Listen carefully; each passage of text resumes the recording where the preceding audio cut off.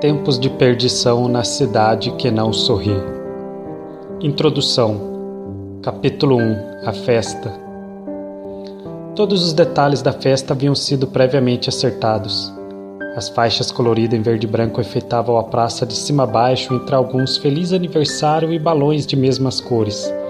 E a banda quadragenária executava músicas lentas e monótonas ao tom do agrado geral.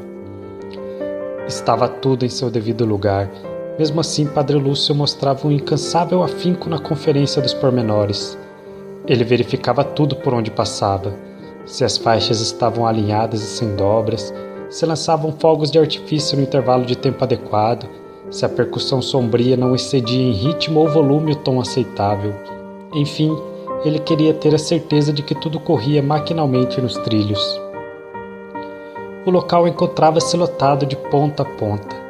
Praticamente toda a cidade comparecera, um mar manso de cabeças unidas, qual de costume. O aniversário da cidade. A praça central se tornara minúscula para o volumoso comparecimento.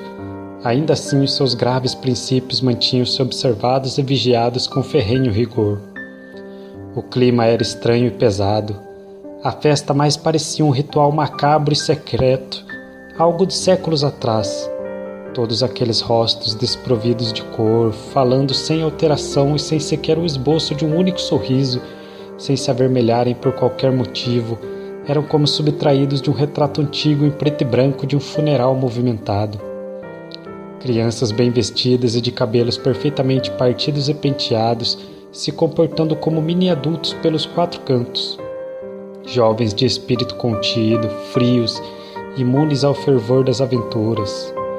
Homens e mulheres se cumprimentando e conversando polidamente, o burburinho se mantendo à mesma altura da música quase fúnebre, constante, e os rostos apagados numa falta de vida assombrosa. Pouco importava a grandeza da ocasião, todos respeitavam os costumes fiel e temerosamente, independente da idade. Jorge chegou conduzindo pelo braço a esposa Jennifer e seguido de perto pelo filho David, elegante em seus trajes de festa. Qualquer um que os visse chegando em leve atraso à festividade notaria o respeito do qual o homem grisalho ali dispunha. As pessoas simplesmente interrompiam ao meio suas conversas comedidas e se viravam a fim de cumprimentá-lo à sua passagem. E ele recebia todos com gentileza, embora sem nunca mostrar os dentes. Por isso Jorge demorou a encontrar um bom lugar onde pudesse se acomodar com a esposa e aproveitar a serenidade insípida da noite. Quando enfim conseguiu, o filho já havia aproveitado o aperto da multidão para abandoná-los em busca do melhor amigo, e Jorge até pôde gozar de boa tranquilidade a sós com ela por algum tempo, numa mesa próxima ao centro da praça. Depois, Padre Lúcio se aquietou e se juntou a eles sem perguntar se a presença era bem-vinda. Enquanto isso, o delegado vagava despreocupado na multidão dócil, misturado a ela, despercebido. Havia tempos ele não precisava esquentar a cabeça com problemas significativos, e não havia motivos para temê-los nesta noite. Comparecera a lazer, apesar de manter na lapela o diminuto brasão que gritava ao longe o seu cargo. A quietude exacerbada agradava-o e diminuía-o ao mesmo tempo. Ele vagueava anônimo entre as mesas, como deveria ser. Somente César Dias conseguia se destacar em meio a tantos rostos desbotados e roupas iguais. Um nível acima dos outros em termos de elegância, César despertava mais medo que respeito e parecia gostar disso. Silêncio gigantesco se formava por onde quer que ele andasse, enquanto milhares de rostos culpados e envergonhados o seguiam secretamente.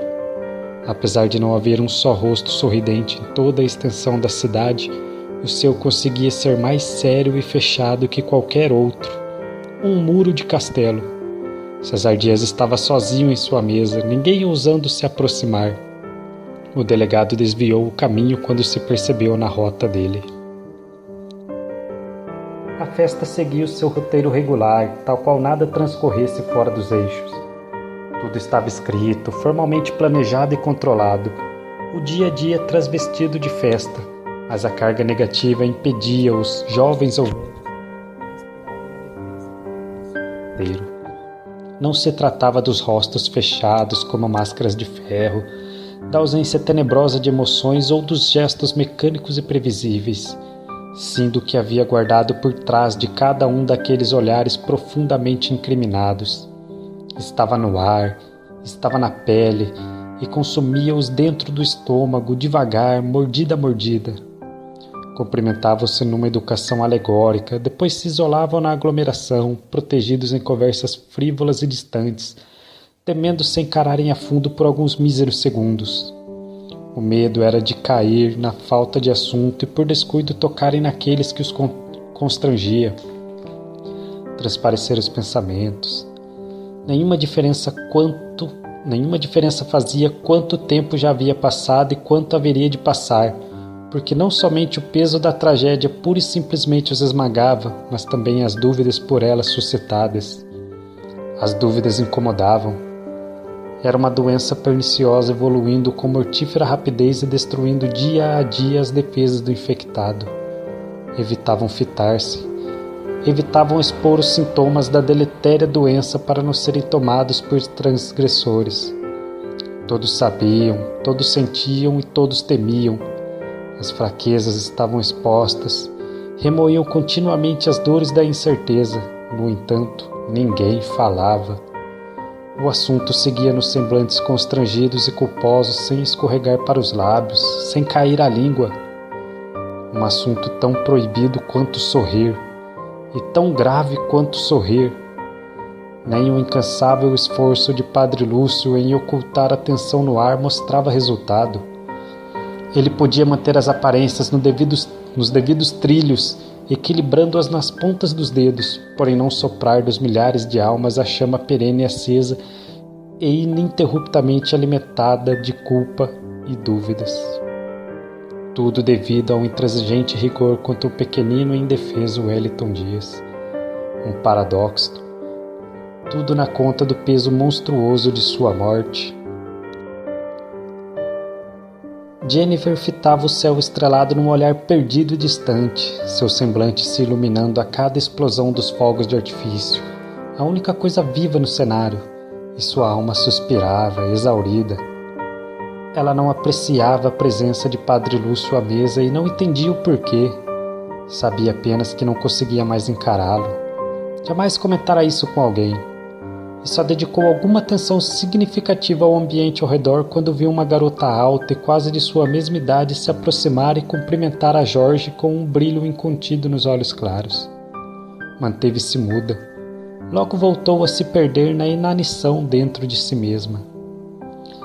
Assim, o desconforto e o clima denso se alongariam devagar e mal velados, e a festa seguiria o seu curso inalterável até o oneroso protocolo social se inteirar e a praça se ver outra vez entregue ao vazio noturno, se nada os chacoalhasse. Permaneceriam afastados uns dos outros, fingindo compor naquele aperto um ambiente sociável, até o encerramento sem cerimônia ainda antes da meia-noite, quando, arrastando langorosamente as solas, retornariam aos seus lares com a magra sensação de dever cumprido. Todavia, algo sim os chacoalhou naquele momento. Intruso! Intruso!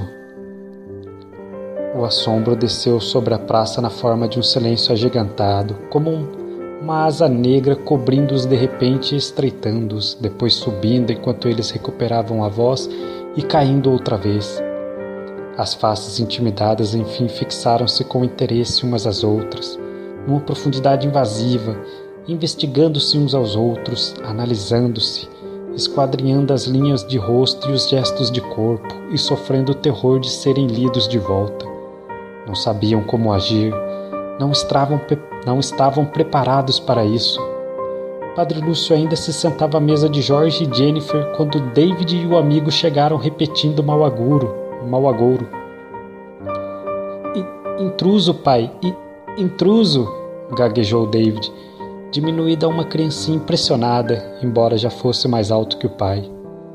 A banda parara de tocar. Estavam todos paralisados, atentos na direção em que os adolescentes apontavam. A brisa fresca sacudia os galhos das árvores acima de suas cabeças, tornando seu chiado o único som fortemente ouvido. César Dias, sozinho, ergueu-se imediatamente. O delegado parou e agiu como o restante dos presentes, omisso, e o seu queixo caiu de espanto quando avistou o intruso avançando desimpedido rumo ao centro da praça lotada. Um rosto desconhecido, intruso, e mesmo que carregasse algum traço familiar nas linhas machucadas, dificilmente o reconheceriam da maneira que ele chegou. Ele tinha o corpo coberto por sangue e terra, e carregava nos braços uma mulher desacordada e banhada no mesmo vermelho vivo de sangue. A cena os chocou como eles jamais imaginaram ser possível. No momento dos alertas haviam concebido algo diferente, algo sem o forte simbolismo do que viam. Permaneceram boquiabertos fitando o casal, como se o que vissem não passasse de um desvairo, um delírio coletivo projetado pela fraqueza de mentes confusas. Todas as atenções se voltaram para eles. Acontecesse 2 ou 3 anos antes, as condições dos intrusos não fariam a mínima diferença. A cidade saberia agir, se defender. Depois de tudo, entretanto, de terem amargado tantas madrugadas em claro e aprendido o peso massacrante da culpa, não era tão simples. Nada era tão simples. O respiro de desafogo do intruso por finalmente ter encontrado ajuda foi fundo e dominou-o a ponto de ele não reparar no silêncio abismal que destacara até o arrastar esgotado dos seus sapatos, tampouco no clima nebuloso a envolver a festa ou nas expressões desbotadas a rodearem-no com difusa incredulidade. E se viesse a registrar algo diferente, ele jamais compreenderia de fato o alto grau de tensão à sua volta ou a importância da simples conjuntura. Nem de longe imaginava, mas o mero fato de pedir ajuda colocava todos aqueles milhares de pessoas em xeque e jogava em seus rostos de uma só vez medos, dúvidas e angústias que os enfraquecia havia tempos. O intruso ingenuamente só pensava em conseguir socorro para a esposa e nada mais. No entanto, sem saber, forçava-os a tomar partido de princípios que vinham moendo secretamente dia a dia e temendo encarar. Ele mal podia falar, parecia cansado na mesma proporção aferido. Mesmo assim, o seu esforço converteu-se em algo inteligível. Por favor, ajudem, minha esposa, o meu filho. A voz trêmula e baixa saiu entrecortada, enquanto, de joelhos, pousava a esposa no chão cimentado. A imagem era um quadro pintado por um artista dramático. Ninguém se movia. Uma multidão vestida com uma elegância e paralisada ao redor de um homem e uma mulher ensanguentados, a única cor sendo o vermelho sangue a cobrir o casal desconhecido. Silêncio de morte. E o quadro aparentemente duraria a eternidade se o intruso, angustiado, não levantasse a cabeça, parecendo enfim ter percebido o estado de letargia geral e fitasse os mais próximos com lágrimas e soluços de desespero. A expressão de dor e sofrimento gritou alto, tão alto que Jorge, agitado por dentro, quebrou o seu encanto. Correu aos empurrões de encontro ao intruso. Ele ponderara profundamente no breve instante em que o mundo permanecera parado e chegara à plena convicção de que se não tomasse uma atitude, ninguém mais o faria. O peso que assolava a cidade seria vencido pelo medo e pelos princípios. Por isso, Jorge abriu espaço corajosamente na multidão engessada e também pela certeza de não suportar outro baque semelhante aos últimos. Ser respeitadíssimo na cidade não o excluía do pesar, ao contrário, colocava-o no topo dos responsáveis. E ele sabia ser uma atitude perigosa a qual se lançava, sem sequer a compreensão plena do tamanho do seu significado, mas no momento a tomou com convicção. Havia chegado a oportunidade de se redimir pela qual intimamente tanto ansiara. David! Chamou, virando-se para o filho. Acabara de se ajoelhar diante da mulher desacordada e o estado dela parecia crítico. Busque o meu carro! Rápido! Vá! O garoto, embora confuso e em choque, venceu a paralisia das pernas e saiu em disparada, um pequeno raio a cortar a aglomeração vultosa. E o silêncio lentamente começou a dar lugar a um burburinho crescente. As pessoas se mostravam inseguras para se aproximar, inseguras para tomar partido, e especulavam de longe, com timidez, sem se comprometerem. O fato de ter sido Jorge a se envolver os deixava mais leves, todavia o medo sob a pele ainda agulhava. Michele, acorde, Michele, suplicou o intruso, tentando fazer a esposa recuperar a consciência e informando seu próprio nome em seguida, quando indagado. Maicon, oh meu Deus, o meu filho, ajudem o meu filho. Acalme-se, Maicon, vamos levá-lo ao hospital. Jorge se meteu entre ele e a mulher. Meu carro está a caminho. A multidão curiosa ia debilmente se aproximando. David não demorou a adentrar a praça no automóvel do pai, como lhe fora ordenado. As pessoas abriram caminho voluntariamente. Ajoelhado e com as mãos sujas em sangue de fora da cidade, Jorge precisou pedir 3 vezes para que uma dupla de rapazes se adiantasse e o ajudasse a carregar a mulher ferida. Nas 2 primeiras eles haviam permanecido parados, feito estátuas, ambos sem crer no pedido e ponderando o terror de mexer com o proibido. Entretanto, logo Michele foi colocada delicadamente no banco traseiro com a ajuda deles, posicionada ao lado do marido trêmulo. Jorge ocupou o lugar ao volante e não fez qualquer objeção quando, ao preparar a partida, Padre Lúcio invadiu de surpresa a porta ao seu lado. O padre demorara a digerir a situação inesperada, mas por nada deixaria de acompanhar o seu desfecho de perto. E como não havia objeções a serem feitas, não em manifesto, Jorge deu partida e saiu cantando o pneu rumo ao hospital local, longe apenas alguns quarteirões da festa interrompida.